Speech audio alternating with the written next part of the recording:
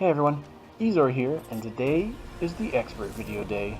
It's time to get down to the nitty gritty and learn how to really break this game wide open. Let's get right into it. So for these tips, I'm assuming you've played the game for about 30-ish hours, or maybe about 3 weeks. You've unlocked the kingdoms, you've started making progress in your kingdom power, you should have been in a guild for a bit now and have probably seen or experienced a guild war. With these, you are pitted against 6 other guilds, 1 per day, and get 5 attacks per day. You don't have to do all these attacks every day. You could pound them all out on the last day, no big deal. What you should watch is the color for the days. Certain days are attuned to certain colors. You get a set number of points when you attack a certain enemy based on their rank, and depending on the number of troops you use with the color of the day, you get a multiplier. Basically, if you can make a good deck around a color, do it. Green is one of the easiest, as you can make a great goblin deck, and it's pretty OP. You get rewards based on your performance, and it can be a fun thing to get into for the guild. There are also statues you can level up with glory, souls, gold, and gems. These do give other people small buffs, so it really helps out if a lot of people in your guild get them. One thing you've probably noticed by now is that the weekly events change. These include troops that get buffs, and are generally reflected on which kingdoms get the new troops. If you go to the shop, there's a tab that lets you spend your glory on maps, souls, and the weekly troops. I suggest always buying these new troops. You not only get them, you also get keys, gold, and trait stones. Pro tip, see which trait stone is given with a troop, and if you need it, buy it. Buy several. Buy out so many of them. This is the only way as of now to get certain guaranteed high-level trait stones. It's awesome. Okay, so you've probably done some PvP by now, and are maybe wondering what sets up the defense team. All you do is if you go to the PvP tab, go to the Defenders tab, and here you can set your defense team, who's on it, the banner they use, and what priority the AI uses for color. For example, if you don't have any green or red in your defense team, then you can set the priority to 0 for them, and the AI will never match them. It's so cool.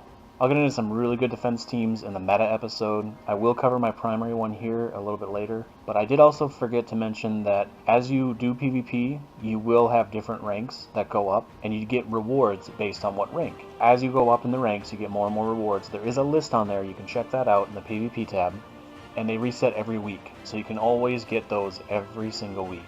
It's a nice set of free loot. Next up is the Soul Forge and Dungeon. Now these are both newer to the game and are a little unfamiliar to me. I know some of the stuff, but not enough to really confidently explain them. But from what I can gather, you get currency from the dungeon to spend on the Soul Forge and can create things like unique weapons, troops, souls. I'm not very high level as of right now, so I don't know everything, but hopefully with the meta guides, I'll be able to cover more and more with that. So stay tuned for more explanation on that. Now one thing I did want to mention as well was the Explore function for each of the kingdom zones. When you complete the main story in each kingdom, you unlock the ability to explore in that kingdom. That basically just puts you up against a random battle against random cards, and you have a chance of getting specific trait stones. What trait stones you can get are underneath the Explore function tab. So when you look up, before you actually click into the Explore option, you'll see what you have a chance to get for those trait stones. You can only get those bottom ones, so watch for those. When you are trying to get a specific trait stone, that's really the way to go. If your weekly troop doesn't give it to you when you're buying it with glory, the best way to do it is the Explore option. So just keep doing it until you finally get that one. That's the best way to unlock traits. As far as getting gold and souls go, once you unlock that armor, it's pretty easy to get them. And also there are certain traits that increase your gold 1 from matches as well as souls. I will go over a really good one to get for farming. So as I stated, I'm assuming that you've played for a while, as stated earlier, and you have most, if not all, of the uncommon, common, and rare cards. Time for some pro deck tips. Now there's no one deck beats all combination, and it's seriously always a chance to lose no matter what. You can just get unlucky with the wrong defense troops. So this deck I'm going to show you right now is pretty broken. It's the main deck that I use, and it consists of the Alchemist, the Valkyrie, the Banshee, and the Kraken. Now the Alchemist changes a gem's color to yellow. Valkyrie does the same thing but with blue, and Banshee turns all blue into red while doing damage based on magic and blue gem's turn. Kraken does 19 damage to the last 2 enemies, makes 9 blue gems, and has a 40% chance to devour the last enemy. Those stats are based on magic, so sorry if they're a little different than yours. Now you might be thinking, WTF, where's the damage? Well, that comes with the Kraken's final trait. He does 3 damage to all enemies when you match a 4 or a 5. See where this is going yet? Basically, once you set up the Alchemist to use his ability, the AI should never get another turn. When you use the Alchemist, only use it when you can get a 4 or 5, So you fill up the Valk and the Banshee. They both use yellow. Then you use the Valkyrie's ability to switch everything to blue, followed by the Banshees to make sure that you can switch everything to red, which will refill both the Alchemist and the Valkyrie again. Now, as I said, only use this when you can match a 4 or 5 with those two colors, or the third one with the Banshee.